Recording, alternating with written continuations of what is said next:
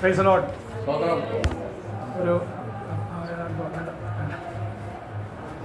ഒരു ഞായറാഴ്ച സഭായോഗം അനുഗ്രഹിക്കപ്പെട്ട സഭായോഗത്തിൽ ഞങ്ങൾ കുടുംബമായി കർത്താവിനെ സ്തുതിക്കുവാനും മഹത്വപ്പെടുത്തുവാനും കർത്താവ് ഞങ്ങൾക്ക് നൽകിയ ആയുസ്നോട്ട് ആരോഗ്യത്തോടെ ദൈവത്തെ സ്തുതിക്കുന്നു, മഹത്വപ്പെടുന്നു. ഈ 2025 വർഷം ഫെബ്രുവരി മാസം 23 വരെ കർത്താവ് ഞങ്ങളെ ഈ മരുഭൂമി യാത്രയിൽ അത്ഭുതമായി നടത്തിയ കർത്താവിൻ്റെ വൻ കൃപകൾക്കായി ഞാൻ കർത്താവിനെ സ്തോത്രം ചെയ്യുന്നു. ആദ്യമായിട്ടാണ് ഞങ്ങൾ ഈ സഭയിൽ വരുന്നത്. കഴിഞ്ഞ ദിവസം എൻ്റെ ഭാര്യ പ്രസ്താവിച്ച പോലെ ഒരു പരസ്യോഗത്തിൻ്റെ ഭാഗമായിട്ട് ഞങ്ങൾക്ക് ഇവിടെ ബോർഡ് കണ്ട് കർത്താവിൻ്റെ ദാസനെ 2-3 ആഴ്ചയ്ക്ക് മുമ്പാണ് സ്തോത്രം. എന്നാൽ ഇന്ന് അങ്ങനെ ഓർത്ത് ദൈവാത്മ അങ്ങനെ ഓർപ്പിച്ച് വരുവാൻ കർത്താവ് നൽകിയ സാവകാശനായ കർത്താവിനെ സ്തുതിക്കുന്നു, മഹത്വപ്പെടുന്നു. എനിക്ക് വളരെ സന്തോഷം തോന്നിയത് വന്ന് കയറിയപ്പോൾ തന്നെ പാസ്റ്റർ ഇവിടെ ഇല്ല. എന്നാൽ ഉണ്ടായ സഹോദരിമാർ വളരെ ആദരവോടെയും സ്നേഹത്തോടെയും മുഖത്താൻ നല്ല പുഞ്ചിരിയോടെ ഞങ്ങളെ സ്വീകരിച്ച് എന്നോട് ഇവിടെ ഇരിക്കാനും പറഞ്ഞു. സോ എനിക്ക് പൊതുവേ പാസ്റ്റർമാരുടെ കൂട്ടത്തിൽ ഇരിക്കാൻ മുമ്പിലിരിക്കുന്നത് താല്പര്യമില്ല. കാരണം ജനത്തിന് കൂടെ ആകുമ്പോൾ കുറച്ചും കൂടെ മാത്രം മുഖം ഇവിടുന്ന് കഴിച്ച് പാസ്റ്ററിങ് കൂടെ ഇങ്ങനെ തിരിഞ്ഞു നോക്കണം.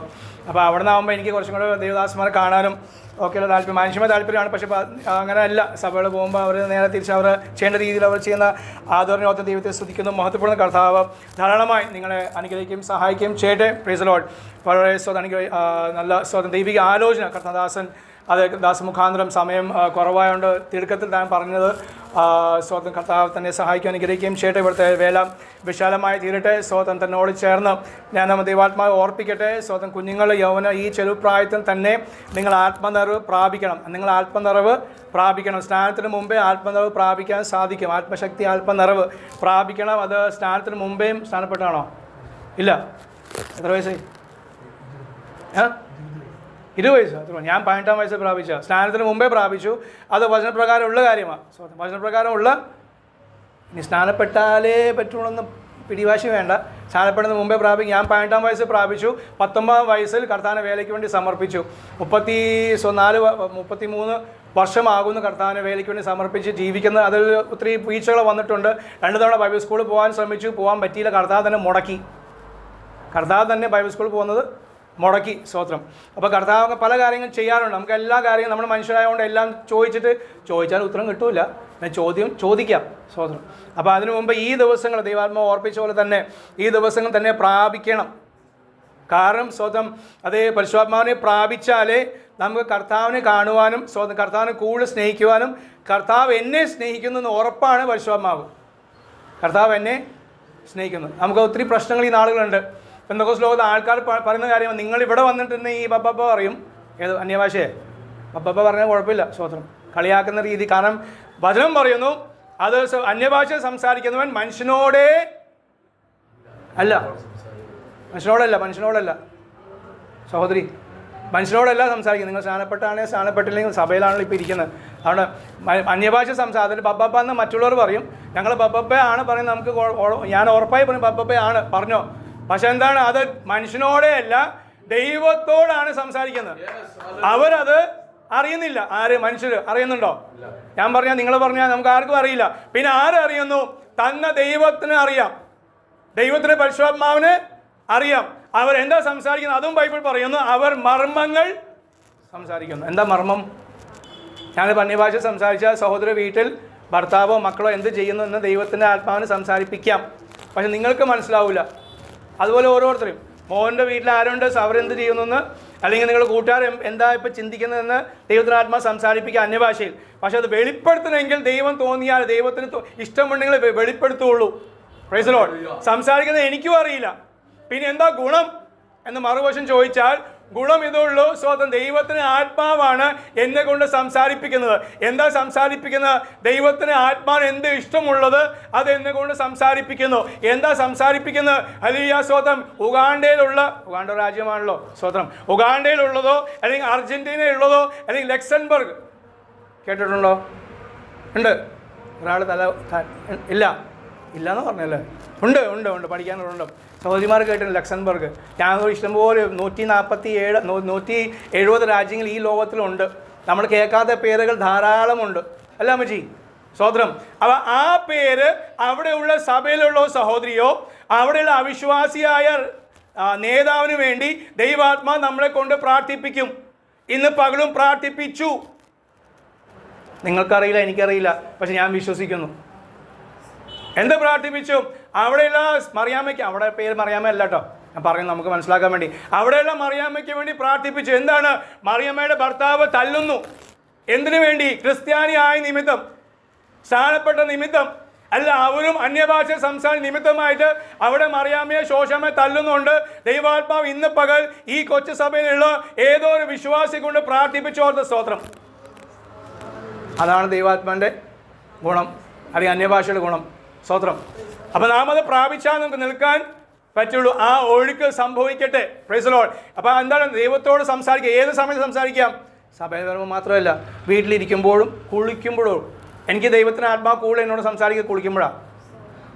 അയ്യോ, കുളിക്കുമ്പോഴാണ് പാസ്റ്റേ? കുളിക്കുന്നത് എവിടെയാ? പൊതുവേ അല്ലല്ലോ, ബാത്റൂമിലല്ലേ. അപ്പോൾ ബാത്റൂം ദൈവത്തിൻ്റെ ആത്മാവ് ഇറങ്ങി വരും എന്ന് പറയാൻ വേണ്ടിയാ. സ്തോത്രം. കർത്താവിൻ്റെ ആത്മാവിന് എവിടെ വേണമെങ്കിൽ ഇറങ്ങിച്ചാൽ, ആലയത്തിൽ മാത്രമല്ല, കൂട്ടായ്മയിൽ മാത്രമല്ല, 2 or 3 പേരും വേണ്ട, ഒരാൾ മതി. ഒരുവൻ അവനോട് വിളിച്ചപേക്ഷിച്ചാൽ, ഒരുവൾ അവനോട് വിളിച്ചപേക്ഷിച്ചാൽ ഇറങ്ങി വരുന്ന സർവശക്തനായ ദൈവം പോരാ, അതെ, ആകാശവും ഭൂമിയും സമുദ്രം അതിലുള്ള ഒക്കെയും സൃഷ്ടിച്ച ദൈവം എനിക്ക് വേണ്ടി ഏതു നേരവും ഇറങ്ങി വരുന്നു. പിന്നെന്താ പാസ്റ്ററെ അത്ഭുത അടയാളം ചെയ്യാത്തത്? ഇല്ല, കാരണം പലതും ദൈവത്തിന് താല്പര്യം ഇല്ലാത്തതുകൊണ്ട്. എന്നും അത്ഭുത അടയാളം ഇല്ലേ? ഉണ്ട്. ഇന്ന് ഞാൻ ഇവിടെ നിൽക്കുന്നത്, എൻ്റെ ഭാര്യയുടെ ഒപ്പം നിൽക്കുന്നത് ഒരു അത്ഭുതമാകുന്നു. ആണോ? നമ്മുടെ രാജ്യത്ത്, ദേശത്ത് വേണ്ട ഈ കൊച്ചു കേരളത്തിൽ സംഭവങ്ങൾ വർദ്ധിച്ചുകൊണ്ടിരിക്കുക. പാസ്റ്റർമാർ മരിച്ചു പോകുന്നു. പാസ്റ്റർമാർ അറ്റാക്ക് നിമിത്തം മരിച്ചു പോകുന്നു. അവന് വിശ്വാസി കാര്യം പറയണോ? സ്തോത്രം. കഴിഞ്ഞ ദിവസങ്ങൾ പോയ സഭയിൽ, കോളേജ് സഭയിൽ 2-3 വിഷയങ്ങൾ, ഷാരോൺ സഭയിൽ, IPC സഭയിൽ, എല്ലാത്തിനും വിഷയങ്ങളാണ്. സ്തോത്രം. ദൈവമക്കൾ പ്രാർത്ഥന കഴിഞ്ഞ് പോകുന്ന വഴിക്ക് വണ്ടി ഇടിച്ച് മരിച്ചു. കുഞ്ഞുങ്ങൾ, യൗവനക്കാർ, അവർ ആകാത്ത പ്രവൃത്തി ചെയ്യുന്നു. ഒരാളുടെ വിഷയം പുറത്ത് വന്ന് TV-ലൊക്കെ വന്ന്, സ്തോത്രം, അവരെ പഴിച്ചിട്ട് വല്ല കാര്യമുണ്ടോ? അവിടെ അവരുടെ അമ്മയ്ക്കും അപ്പനും ഞാൻ ഇതുവരെ അങ്ങനെ ഒരു ചിന്തിച്ചില്ല. സഭയുമില്ല, അത് പ്രവർത്തിക്കുന്ന കാര്യം. പിന്നെ അവർ ചെയ്തവരുടെ കുറവുണ്ട്. സ്തോത്രം. Praise the Lord. നമ്മൾ ആ കാര്യങ്ങൾ ചെയ്യാത്തതുകൊണ്ടാണ് പലതും അനർത്ഥകം നമ്മുടെ ജീവിതത്തിൽ സഭകൾ സംഭവിക്കുന്നത്. അത് വചനം പറഞ്ഞിട്ട് പത്രോസ് വ്യക്തമായി പറയുന്നു. അതേ ന്യായവിധി നിങ്ങളുടെ നടുവിൽ ആരംഭിച്ചുവെങ്കിൽ ആ ഭക്തന്റെയും പാപിയുടെ കാര്യം എന്തായി തീരുമെന്ന്. നമ്മൾ എത്രത്തോളം ജാഗരിക്കണം പ്രാർത്ഥനയിൽ. കർത്താവിൻ്റെ കാര്യം പാസ്റ്റർ പറഞ്ഞു. സ്തോത്രം. അതേ, മല കയറിപ്പോയി. നമുക്ക് മല കയറണ്ട, ഇവിടെ മാത്രം 1-ാം നില വന്നാൽ മതി. ഇന്നത്തെ നമ്മുടെ ബന്ധുവസുകാർക്ക് ഈ നില പോലും കയറാൻ പറ്റില്ല. കുഞ്ഞുങ്ങൾ പോലും അയ്യോ ഇതും കയറി വരണല്ലോ. സ്കൂളിൽ 3-ാം നില വരെ പോവും, കോളേജിൽ 10-ാം നില വരെ പോവും. പക്ഷേ ആലയത്തിൽ വരാൻ ഒറ്റ നില പോലും താല്പര്യമില്ല. മല കയറിയ ആൾക്കാർ പള്ളി പോകുന്നു, തീർത്ഥാടനം ചെയ്യുന്നു. നമ്മളൊക്കെ വിട്ടു വന്നതല്ലേ. സ്തോത്രം. എന്നിട്ടും ഒരു നേരെയോ അല്ലെങ്കിൽ അല്പം പൊക്കമുള്ള ഒരു ആലയത്തിൽ പോകാൻ ആൾക്കാർക്ക് മടിയാ. എല്ലാം നിരപ്പ്. കാറ് കയറി ചെന്ന് ഇറങ്ങാൻ പറ്റിയ ആലയമാണെങ്കിൽ ആൾക്കാർക്ക് താല്പര്യമാണ്. കാറ് ഇറങ്ങി ഡോറ് വാല് തുറന്ന് നേരെ പോയി സീറ്റിലിരിക്കുക, അതാണ് എളുപ്പമാണെങ്കിൽ അതാ ഏറ്റവും എല്ലാവർക്കും ആഗ്രഹം. പക്ഷെ കർത്താവ് അങ്ങനെ പ്രവർത്തിക്കുന്നില്ല. വാക്യം വായിച്ച സ്തോത്രം. അത് ഉൽപ്പത്തി 1-ാം അധ്യായം 4-ാം വാക്യം. ഉൽപ്പത്തിയുടെ പുസ്തകം 1-ാം അധ്യായം 4-ാം വാക്യം. വെളിച്ചം നല്ലതെന്ന് കണ്ടിട്ട് ദൈവം വെളിച്ചവും ഇരുളും തമ്മിൽ വേർപിരിച്ചു. സ്തോത്രം. മതി. പാസ്റ്റർ പറഞ്ഞ ആ സംഗീതത്തിൻ്റെ അവസാനത്തെ ഭാഗ്യം, അതേ, യഹോവയായ ദൈവത്തിൽ ആശ്രയം വെക്കുന്ന മനുഷ്യൻ ഭാഗ്യവാൻ.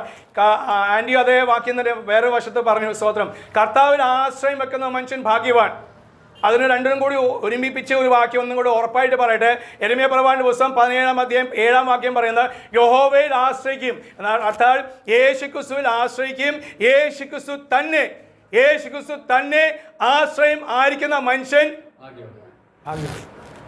തന്നെ എന്ന് പറഞ്ഞാൽ 5 രൂപയുടെ പേന മേടിക്കാൻ പോയാലും പ്രാർത്ഥിച്ചിട്ട് വേണം പോകാൻ. സ്തോത്രം. നമുക്ക് 5 രൂപ നിസ്സാരമല്ലേ? 5 രൂപ പപ്പയ്ക്കും മമ്മിക്കും ഉണ്ടോ? ആരെങ്കിലും ചോദിക്കുമോ? പക്ഷെ ദൈവം അതാ ആഗ്രഹിക്കുന്നത്. പപ്പയുടെ മമ്മിയോട് ചോദിച്ചു, അത് കിട്ടും. പക്ഷേ കർത്താവേ, എനിക്ക് 5 രൂപയുടെ പേൻ, ലക്ഷ്യയുടെ പേൻ 5 രൂപയല്ലേ ഇപ്പോൾ? പെട്ടെന്ന് നീ കൂടിപ്പോയെന്ന് ചിന്തിച്ച് 5 രൂപയുടെ പേനേ ഉള്ളൂ. പക്ഷെ ചോദിച്ച് അത് ദൈവത്തോട് കർത്താവെ ഒരു പ്രാർത്ഥന, ഒരു സ്തോത്രം. അത്രയും നിസ്സാരക്കാരൻ അവരോട് പറഞ്ഞപ്പോൾ നിങ്ങൾ സഹോദരിമാർ അതുപോലെ തന്നെ ചെയ്യണം. നമുക്ക് സഹോദരന്മാർ ഇവിടെ ഇല്ലാത്തതുകൊണ്ടാണോ വരാത്തതുകൊണ്ട് എങ്ങനെയായാലും സ്തോത്രം. സഹോദരന്മാർ ഇനി നാളുകൾ വരണം. കുടുംബത്തിൽ സ്വതല്ലിൽ ഒരുമിച്ച് വരുവാൻ കർത്താവിൻ്റെ കൽപ്പനയാണ് ഒരുമിച്ച് തന്നെ കുടുംബം. Praise the Lord. അവർ ഒരുമിച്ച് എന്ത് സംഭവം ഉണ്ടായാലും എന്തൊക്കെ ഉണ്ടാകും കർത്താവ് ഈ നാളുകൾ പ്രാർത്ഥന സമയം ചെലവാക്കുവാൻ സമയം കൊടുക്കുവാൻ വില കൊടുത്തവർക്കേ ഇവിടെ സ്ഥാനമുള്ളൂ. അത് എവിടെയായാലും കമ്മ്യൂണിസ്റ്റ് പാർട്ടിയിലായാലും സ്വത്രം, കമ്മ്യൂണിസ്റ്റ് പാർട്ടി ആയിക്കോട്ടെ, അത് സ്വത്രം BJP ആയിക്കോട്ടെ, ഏത് പാർട്ടിയിലായാലും വില കൊടുത്തവർക്ക് അവർക്കും സ്ഥാനമുള്ളൂ. വില കൊടുത്ത ജീവൻ പഴയ കുറച്ച് കാലം നോക്കിക്കഴിഞ്ഞാൽ അത് രക്തസാക്ഷികളായിരുന്നു, ഇന്നും അവർ ആദരിക്കുന്നുണ്ട്. അത് എവിടുന്ന് പഠിച്ചേ? കർത്താവ് പഠിപ്പിച്ചതാണ്. പക്ഷെ അവർ ബൈബിൾ പ്രകാരമല്ല ജീവിക്കുന്ന വേറെ വിഷയം. പക്ഷെ രക്തസാക്ഷി എന്ന വാക്കും അർത്ഥവും കാൾ മാർക്സ് ഒരു യഹൂദനായിരുന്നു. അയാൾ നല്ലോണം പഠിച്ചൊരു കാര്യം അയാൾക്കറിയാം. യഹൂദ മതത്തിൽ അവർക്കറിയാം അവർ തന്നെയാണ് യേശുവിനെ ക്രൂശിച്ചത്. അതിനുശേഷം ശിഷ്യന്മാർ മരിച്ചു, ഒന്നൊഴികെ സകലരും മരിച്ചു. ആർക്ക് വേണ്ടി? കർത്താവിന് വേണ്ടി. അത് യൂദാസ് അങ്ങനെ പോയി തൂങ്ങി മരിച്ചു. യോഹന്നാൻ മാത്രമുള്ള സാധാ ഒരു മരണം അനുഭവിച്ചത്. എന്താ നിങ്ങളോട് പറയുന്നതെന്ന് സ്വത്രം എൻ്റെ രീതി അങ്ങനെയാണ്. കാരണം നമുക്ക് ചെറിയ കാര്യം പറഞ്ഞിട്ട് കാര്യമില്ല. സ്വത്രം അത്ഭുത ഇടാനൊക്കെ നടക്കുന്നുണ്ട്. നിങ്ങളിവിടെ ഇരിക്കുന്നതിന് അത്ഭുതമാണ്. നിങ്ങളെ അത് ഞരമ്പ് പൊട്ടി പോകാതിരിക്കുന്നത് ആണോ മക്കളെ? സ്വത്രം അതോർത്ത് സ്വതന്ത്രം ചെയ്യുക. അയ്യോ അവിടുത്തെ അത് ക്യാൻസർ മാറിയില്ലോ, എനിക്ക് ക്യാൻസർ വന്നല്ലോ എന്നല്ല. എൻ്റെ അമ്മയ്ക്ക് 16 വർഷം ക്യാൻസർ വന്ന്, ബ്രസ്റ്റ് ക്യാൻസർ വന്ന് മമ്മി 14 വർഷം സഹിച്ചു. 14 വർഷം സഹിച്ച ശേഷം മമ്മി പോയി സുഖമായിട്ട് അവിടെ എത്തി, ഒരു തടസ്സവുമില്ല. അച്ഛനായ സ്വത്രം ചെയ്യുന്നത് സ്വത്രം നൽകിയ വിശ്വാസനായ സ്വത്രം എനിക്ക് സമയം തരാൻ വേണ്ടിയാണ്, സമയം കുറച്ചെന്നറിയാം, എങ്കിൽ കർത്താവ് അനുഗ്രഹിക്കട്ടെ. ദൈവമക്കളെ സ്വതന്ത്രം സാലം പറയാം. എൻ്റെ ഭാര്യ ഇടയ്ക്ക് പറയുന്ന എന്നെ കളിയാക്കി പറയുന്ന കാര്യം ഉൾമാസിൽ കാര്യമൊന്നും നടക്കില്ല. ഉൾമാസ് എന്ന ഇവിടെ ഉപയോഗിക്കാറുണ്ടോ ഈ ദേശത്ത്? ഉൾമാസ് ഇല്ല.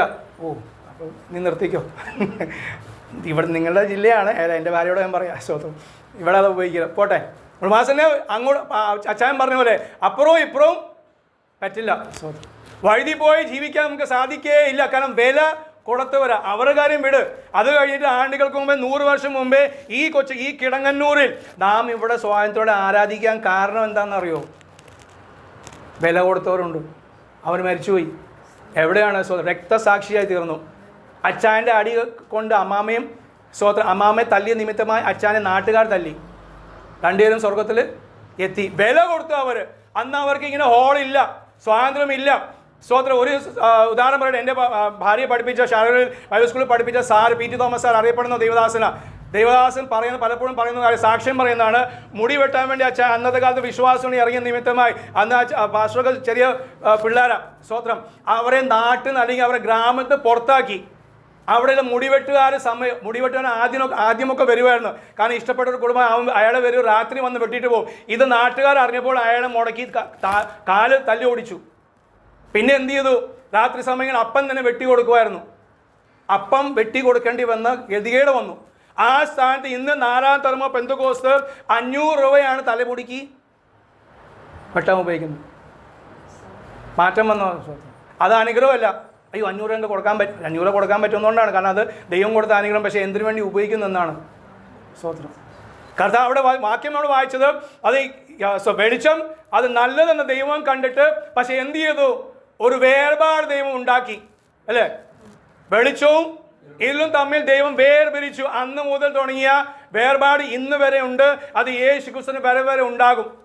പക്ഷെ വെളിപ്പാട് പുസ്തകം വരുമ്പോൾ പറയാണ്, ഈ ഇരുളെല്ലാം മാറും. ഇനി അവിടെ രാത്രി ഇല്ല, ഇനി അവിടെ ദുഃഖമില്ല, അവിടെ കണ്ണുനീരില്ല, അവിടെ ഭരണമില്ല.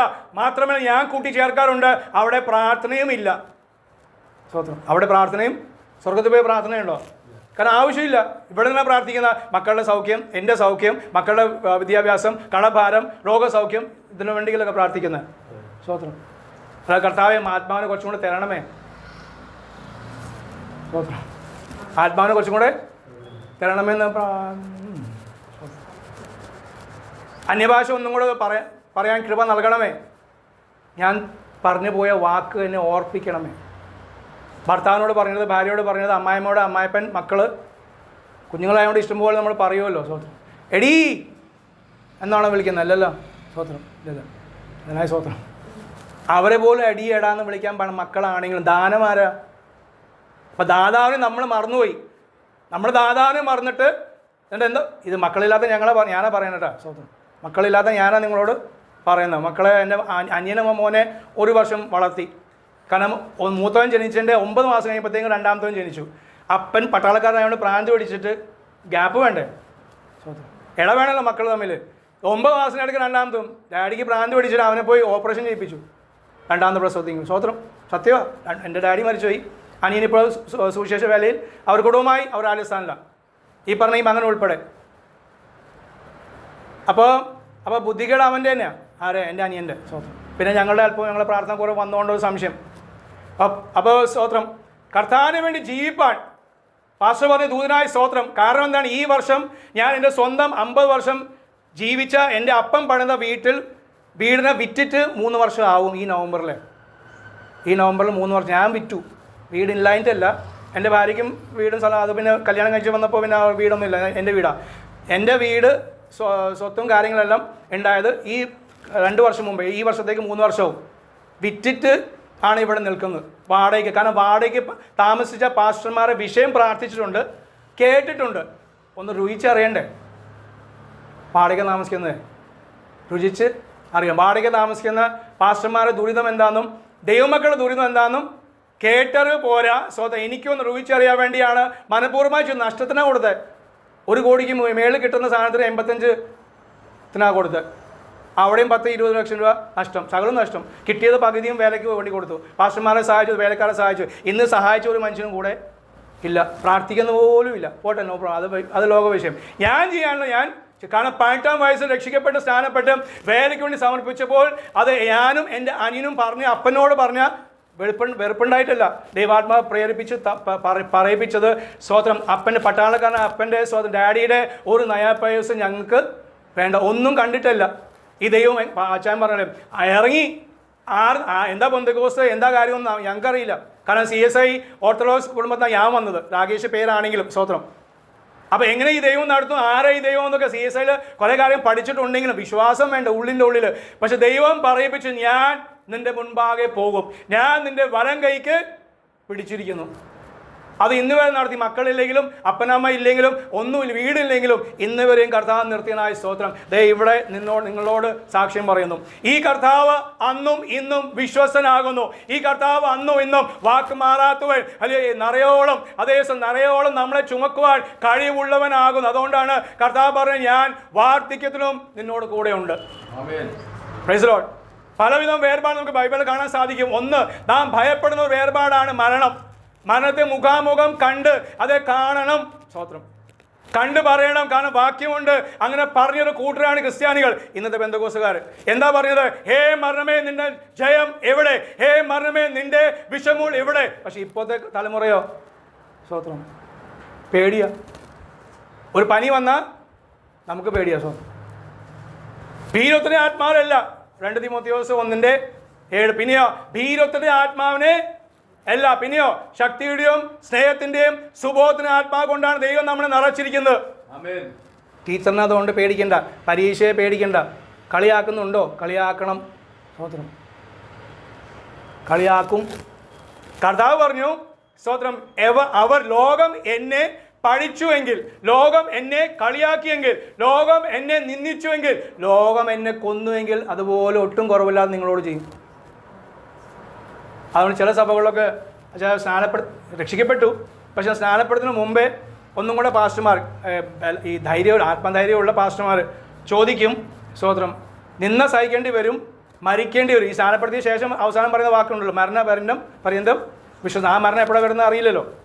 തല്ലിക്കൊല്ലുവാണോ തൂക്കിക്കെട്ടുകയാണോ നമുക്കറിയില്ല. സ്തോത്രം. ഇപ്പം നമ്മൾ ഇവിടെയാണ്, നമുക്ക് പ്രശ്നമൊന്നുമില്ല. ഇഷ്ടംപോലെ പ്രശ്നങ്ങൾ പഠിക്കേണ്ടി നമ്മൾ അവിടെ ഓർത്ത് പ്രാർത്ഥിക്കാറുണ്ട്, അതിനായി ദൈവത്തെ സ്തുതിക്കുന്നു, സ്തോത്രം ചെയ്യുന്നു. പക്ഷേ ആ പ്രശ്നങ്ങളെല്ലാം ഉടനെ വേഗത്തിൽ ഇവിടെയും വരാൻ പോവാ. സ്തോത്രം. കാരണം പീഡ ഉണ്ടായപ്പോഴാണ് ആദ്യ നൂറ്റാണ്ടിലെ സഭ വളർന്നത്, പരന്നത്. സ്തോത്രം. അവരെല്ലാം കൂടി ശക്തി പ്രാപിച്ച് അവിടെ ഇരിക്കാമെന്ന് വിചാരിച്ചു, അത്ഭുതങ്ങളാണെന്ന് നമുക്ക് മുന്നോട്ട് പോകാമെന്ന് വിചാരിച്ചു. അവരെല്ലാം വീട് വിറ്റവരാ. ബൈബിൾ അങ്ങനെ പഠിപ്പിക്കുന്നു. ഞാൻ പറയുന്നതല്ല, ബൈബിൾ പഠിപ്പിക്കുന്നു. അവരെല്ലാം വീട്, സ്വത്ത്, സകലം വിറ്റു. മറ്റുള്ളവരെ വിൽക്കാത്തവർ എന്ത് ചെയ്തു? റോമാക്കാർ വന്ന് പിടിച്ചുകൊണ്ടുപോയി. റോമാക്കാർ വന്ന് അപഹരിച്ചു. നിങ്ങൾ ഏത് കൂട്ടത്തിലാ? യഹൂദന്മാരല്ലേ? അല്ല, ഞങ്ങളിപ്പോൾ സ്നാനപ്പെട്ടു. പള്ളിക്കാരല്ലേ? അല്ല, ഞങ്ങളിപ്പോൾ സ്നാനപ്പെടുന്ന പറയാനുള്ള ധൈര്യം. സ്തോത്രം. ഇടുക്കി എൻ്റെ അമ്മ സ്വന്തം പിന്മാറ്റക്കാരൻ ഡാഡി ഈ ക്യാൻസർ രോഗം വെച്ച് ക്യാൻസർ വന്ന നിമിത്തമായിട്ട് പല കാരണങ്ങളാണ് ഡാഡി പിന്മാറിപ്പോയി. ഡാഡി മരിക്കുന്നവരെ മമ്മിയെ അടിക്കുകയും ചെയ്തായിരുന്നു. എന്തിനു വേണ്ടിയാ? കഷ്ടം സഹിക്കുന്ന മനുഷ്യൻ ഭാഗ്യവാൻ. കഷ്ടം സഹിക്കുക. കാരണം നമുക്ക് വേറെ പോലീസ് പിടിച്ചു കൊണ്ടുപോകുന്നില്ല, വേറെ ആരും തല്ലുന്നില്ലല്ലോ. കർത്താവിന് വേണ്ടി നമ്മൾ ആരും രക്തസാക്ഷി ആകത്തുമില്ല. അതുകൊണ്ട് എന്താ കർത്താവ് ഈ കുറേ വർഷങ്ങളായിട്ട് ചെയ്യുന്ന കാര്യമാണ് നമുക്ക് ക്യാൻസർ രോഗം പോലത്തെ മാറാരോഗം തരിക. അപകടത്തിൽ പെടുത്തി വ്യക്തമായി കഴിഞ്ഞ ആഴ്ചയിൽ സ്വത്രം അത് കോഴഞ്ചി സഭയിൽ നടന്ന മരണത്തിന് ഞാൻ പറഞ്ഞ അറിയാം. അന്ന് പകല് വെളുപ്പിനെ അത് അവിടുത്തെ സഹോദരിയെ ഞരമ്പ് പൊട്ടിയിട്ട് അവർ ICU എന്നിട്ടും അത് ആ വിവരം അറിഞ്ഞിട്ട് പോലും ഞാൻ ദൈവാത്മാവ് പറയിപ്പിച്ച കാര്യം ഇതിന് എന്തിനു വേണ്ടിയാണ്? യേശുവിൻ്റെ തലയിൽ മുൾക്കിരീടം വെച്ചു. ഞാനും അത് സഹിക്കണ്ടേ? മുൾക്കിരീടം ആരും വെച്ചിട്ടില്ല, ആരും കൈയും കാലും തുളച്ചില്ല. പിന്നെ എന്ത് ചെയ്യുന്നു? ഇപ്പോൾ കർത്താവ് ചെയ്യിക്കുന്ന പണി ഡോക്ടർമാരെ കൊണ്ട് നമ്മളെ ശരീരത്തെ കീറി മുറിക്കുന്നു. സ്വത്രം. എൻ്റെ ഭാര്യയുടെ ഇവിടെ ഇങ്ങനെ കണ്ടോ, കെട്ടാൻ നേരത്ത് ഒന്നുണ്ടായുള്ളൂ, കല്യാണം കഴിച്ച ശേഷം ഒന്നും കൂടെ. സ്വത്രം. കുരിശ കൂടുതൽ ഞാൻ പറയണ്ടല്ലോ, അത്രയും മനസ്സിലാവും. സ്വത്രം. സഹോദരിമാരുള്ളതുകൊണ്ട് പിള്ളേർക്ക് തന്നെ അത് പോട്ടെ. അപ്പം പൗലോസ് പറയാണ്, അത് ഞാൻ ലോകത്തെ സ്നേഹിക്കാതിരിപ്പാൻ. യാക്കോബ് 4:4 വായിച്ചേ. കുറച്ച് കട്ടിയുള്ള കാര്യമാണ്, കട്ടിയില്ല, ബൈബിളിലെല്ലാം കട്ടിയാ. ലോകത്തെ വേർപിരിച്ചു. ആദാമിനെ ഹവ്വയും വേർപിരിച്ചു. എന്തിനു വേണ്ടി? പാപം ചെയ്യുന്ന നിമിത്തം അനുസരണക്കേട്. ഒറ്റൊരു കാര്യം, സിനിമ കണ്ടില്ല, പുക വലിച്ചില്ല, കുടിച്ചില്ല, ഒന്നും ചെയ്തില്ല. എന്ത് ചെയ്തു? അമ്മാമ്മ പഴം കണ്ടതുള്ളൂ, കഴിച്ചു. എന്ത് ചെയ്തു? വേർപിരിച്ചു. അവർ അടുത്ത തലമുറ കൈനും ഹാബേലും എന്ത് ചെയ്തു? ജ്യേഷ്ഠൻ അനിയനെ കൊന്നു. പാപത്തിൻ്റെ ശക്തിയെ വ്യാപാരം. ജ്യേഷ്ഠൻ അനിയനെ കൊന്നു. അങ്ങനെ തൊട്ട് തുടങ്ങുക. Praise the Lord. അബ്രഹാം ലോത്തിന് കാലം വന്നപ്പോൾ പണം സമ്പത്ത് കൂടി. ആർക്ക്? അബ്രഹാമിനും കൂടി, ലോത്തിനും കൂടി. പണം കൂടി നിമിത്തമായി അവരെ വേലക്കാർ തമ്മിൽ അടിയുണ്ടായി. അബ്രഹാം പറഞ്ഞു, അതെ നീ നിന്റെ വഴിക്ക്, ഞാൻ എൻ്റെ വഴിക്ക്. സ്തോത്രം. ആരും ഭർത്താവിനെ നിർബന്ധിക്കേണ്ട, മക്കളെ പോലും നിർബന്ധിക്കേണ്ട. പക്ഷെ പ്രാർത്ഥന. അബ്രഹാം ചെയ്ത കാര്യം ലോത്ത് വിട്ടുപോയി. പക്ഷെ എന്നിട്ടും ആ ലോത്തിന് പിടിച്ചുകൊണ്ട് പോയെന്ന് വിവരം അറിഞ്ഞപ്പോൾ ഈ അബ്രഹാം തൻ്റെ കൂടെയുള്ള 312 അഭ്യാസികളായിട്ട് അവനെ വിടുവിക്കാൻ പോയി. അതാണ് ദൈവകൃപ, അതാണ് ദൈവസ്നേഹം. അവർ നമ്മളെ പിരിഞ്ഞു പോകോ, അവർ നമ്മളെ ദുഷിക്കുകയോ പഴിക്കുകയോ എന്ത് ചെയ്താലും നാം മറുപടി പറയേണ്ട ആവശ്യമില്ല. അവരെ സങ്കടത്തിൽ പോയി കാണാൻ വേണ്ടി, ഓ എന്നോടന്ന് ധിക്കരിച്ചതാണല്ലോ, ഓ എന്നോടന്ന് നമ്മുടെ സാധാരണ ഹിന്ദുക്കളെ കുറിച്ചും അല്ലെങ്കിൽ ക്രിസ്ത്യാനിയെ കുറിച്ച് പറയുന്ന കാര്യമാണല്ലോ. ഞങ്ങൾ പാസ്റ്റർമാരെ ഞങ്ങളും പറയും, സ്തോത്രം, ഓ ഞങ്ങളുടെ വാക്ക് കേട്ടില്ല, ഞങ്ങളെ ആട്ടി പുറത്താക്കി, ഇപ്പോൾ അവർക്ക് ക്യാൻസർ വന്നപ്പോൾ ദൈവം കൊടുത്താന്ന്. ഘോഷ്കായ കാര്യം. ദൈവത്തിന് ആ പരിപാടി ഒന്നുമില്ല. സ്തോത്രം. പക്ഷെ ഞാൻ അവിടെ കണ്ടത്, അല്ലയോ വചനം എന്നെ പഠിപ്പിച്ച, അബ്രഹാം ലോത്ത് വിട്ടുപോയ ലോത്തിന് അവനൊരു കഷ്ടം വന്നപ്പോൾ അബ്രഹാം താൻ മാത്രമല്ല തന്നോട് കൂടെ ആവശ്യമുള്ള ആൾക്കാരുമായിട്ട് പോയി അവനെ വിടുവിച്ചു. വിടുവിക്കുന്നത് പറഞ്ഞില്ല, എടാ ലോത്തെ നീ എന്നെ ധിക്കരിച്ച് പോയതല്ലേ, എന്നെ നീ പറ്റിച്ചു പോയതല്ലേ. സ്തോത്രം. അതൊക്കെ പറയാൻ ഒന്നും പറഞ്ഞില്ല. ദൈവസ്നേഹത്തിൽ പൊറുക്കുവാനും അതെ ക്ഷമിപ്പാൻ ദൈവാത്മാവിന് ശക്തിയുണ്ട്. സ്തോത്രം. വായിച്ചോ 4:4 മാത്രം.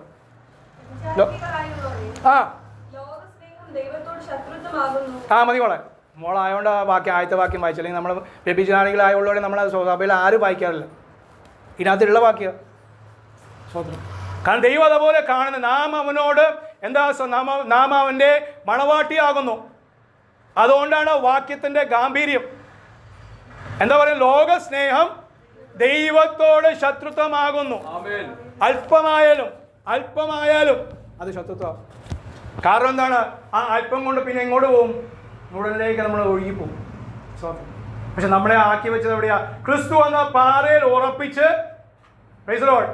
പിന്നെ പറയുന്നത് നാമേ പുതിയ പാട്ട്. ഏതാ പാട്ട്? ആ പാട്ടാണ് അന്യഭാഷ. ഓരോ ദിവസവും അതേ ആത്മാവിന്റെ പുതുക്കത്തിൽ നാം പ്രഭാതം എണീറ്റ് 5 മണിക്ക് എണീറ്റ് അതേ പ്രാർത്ഥിക്കുമ്പോൾ പാസ്റ്റർ പറഞ്ഞ ആ സമയങ്ങൾക്ക് ആ ദൈവത്തെ സ്തുതിക്കുന്നു, മഹത്വപ്പെടുന്നു. നമുക്കറിയാം, എനിക്കറിയാം, ദൈവത്തിനറിയാം ക്ഷീണമുണ്ട്. കാരണം വേലക്കാരായ ഞങ്ങൾക്കും ജോലിക്കാരായ നിങ്ങൾക്കും വീട്ടു ജോലിക്കാരായ ഭാര്യമാർ നിങ്ങൾക്കും അതേ ക്ഷീണം ഉണ്ടാവും. പക്ഷേ ക്ഷീണം മാറ്റിവെച്ച് അതേ ഇന്നത്തെ കാലത്ത് എല്ലാവർക്കും മൊബൈലുണ്ടോ, ഇന്നത്തെ അലാമുണ്ട്. പഴയ കാലങ്ങളിൽ അവർക്ക് അലാമില്ല. പക്ഷേ എന്നിട്ടും ദൈവാത്മാവ് അവർ ഉണർത്തുമായിരുന്നു. ഇന്ന് ഉണർത്തുവാൻ അത് ആത്മാവിൽ. സ്തോത്രം. ഇത് ഓൺ ചെയ്ത് 3 മണിക്ക് അലാം വെക്കണം. ആദ്യത്തെ ദിവസം 2 2-3 ദിവസം അത് ഓഫ് ചെയ്ത് കിടന്നു പോകും. മാത്രമല്ല എണീറ്റാൽ തന്നെ ക്ഷീണം വരും, ഉറക്കം തൂങ്ങും. അപ്പോൾ പിശാച് പറയും, ഓ നീ എന്തിനാ എണീറ്റത്, സ്തോത്രം, കിടന്നോളാൻ. അല്ല, അത് ഓഫായാലും വീണ്ടും എണീക്കണം. ആത്മാവിലെ പോരാട്ടത്തിൽ നാം ആയിരിക്കുന്നത് എവിടെയാണ്? യുദ്ധക്കളത്തിലാണ് ഒരു വിശ്വാസി ആയിരിക്കുന്നത്. സ്തോത്രം.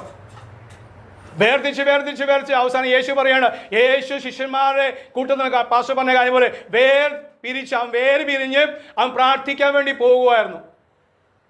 സ്തോത്രം. പക്ഷെ വെളിപ്പാട് പുസ്തകം വരുമ്പോൾ വരികയാണ്, അത് ഈ സകല വേർതിരിവ് ദൈവം ഒരു നാൾ സകലവും മാറ്റും. അവിടെ അന്ന് സൂര്യനില്ല, അവിടെ ചന്ദ്രനില്ല, ഒരു നക്ഷത്രമില്ല, അവിടെ ശോഭിക്കാൻ അതേ ദൈവവും കുഞ്ഞാൻ ആണ് അവിടുത്തെ വിളക്ക്.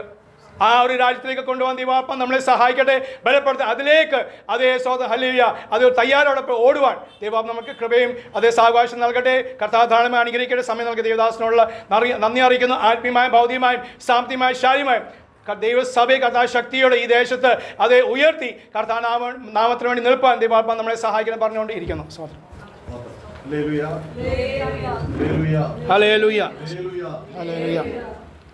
നല്ലൊരു ആലോചന കേൾക്കുക. ദൈവദാസനെ കൊടുത്ത നല്ല ആലോചനക്കായി സ്തോത്രം. അത് സഭയോട് അറിയിക്കുക. ദൈവം സഹായിച്ചത് ഏത് വാക്യമാണ്? ദൈവം വെളിച്ചത്തെയും ഇരുളിനെയും തമ്മിൽ വേർപിരിച്ചു.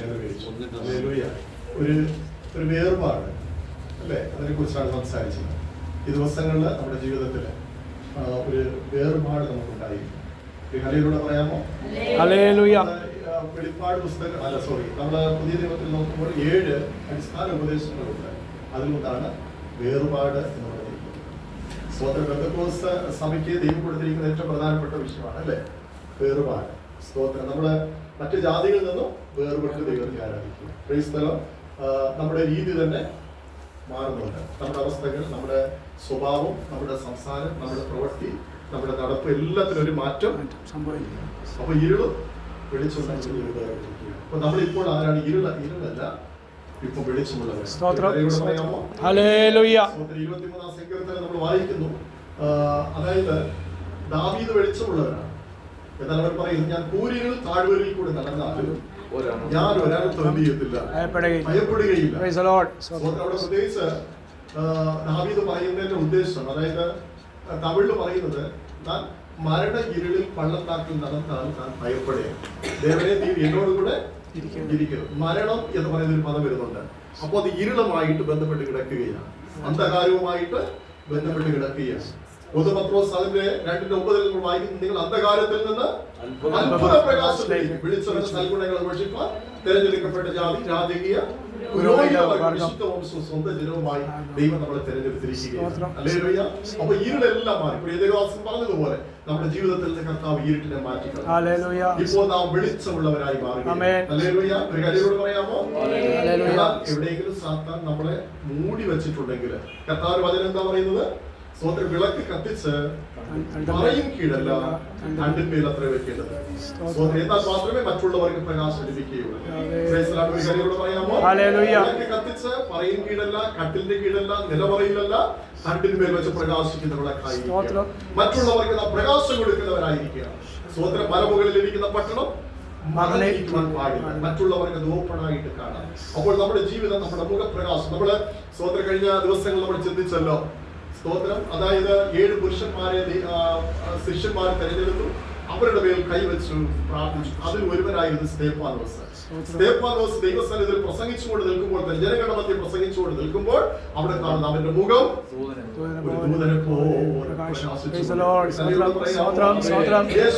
ഞാൻ ലോകത്തിന്റെ വെളിച്ചമാകുന്നു, എന്റെ വെളിച്ചവൻ ഇരുളിൽ നടക്കാതെ അവൻ ജീവ വെളിച്ചമുള്ളവനായി തീരും.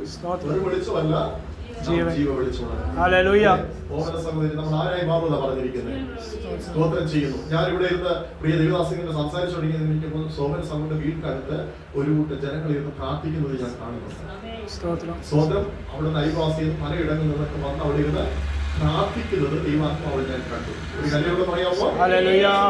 അത് അപ്പൊ നമ്മൾ ചിന്തിക്കും, മോന് ഇതുമായിട്ട് നിൽക്കുന്നു, അവരവരുടെ വിശ്വാസത്തിൽ നിൽക്കുന്നു, എനിക്ക് അവരുടെ രീതിയിൽ പറഞ്ഞു, പിന്നെ എങ്ങനെയാണ് പ്രാർത്ഥന നടത്തുന്നത് എന്നുള്ള ചിന്ത നമുക്ക് വരാം. പക്ഷെ സകലത്തെ മാറ്റി, സകലത്തെ മാറ്റി മറിച്ച് അവിടെ ഒരു പ്രാർത്ഥന സ്തോത്രം.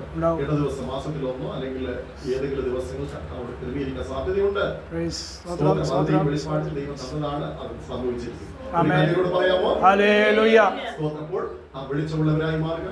ദൈവം നമ്മൾ അനുഗ്രഹിക്കട്ടെ. നമ്മൾ കേട്ട മാതിരി നമുക്ക് മുറുകെ പിടിക്കാം. നമുക്കൊരു വേർപാടുണ്ടാകണം. സ്തോത്രം ചെയ്യുന്നു. നമ്മുടെ പിതാവ് പറഞ്ഞല്ലോ, കമന്റ് പറഞ്ഞിട്ട് ഇപ്പൊ നമ്മളത് പറഞ്ഞു കഴിഞ്ഞാൽ എന്തൊക്കെയായി തീരും നമുക്കറിയത്തില്ല അല്ലേ? സ്തോത്രം. ഇപ്പൊ എല്ലായിടത്തും ഉണ്ട്. ഇടാൻ പറ്റത്തില്ലെന്ന് പറഞ്ഞാൽ IPC ഇപ്പോ ഉണ്ട്.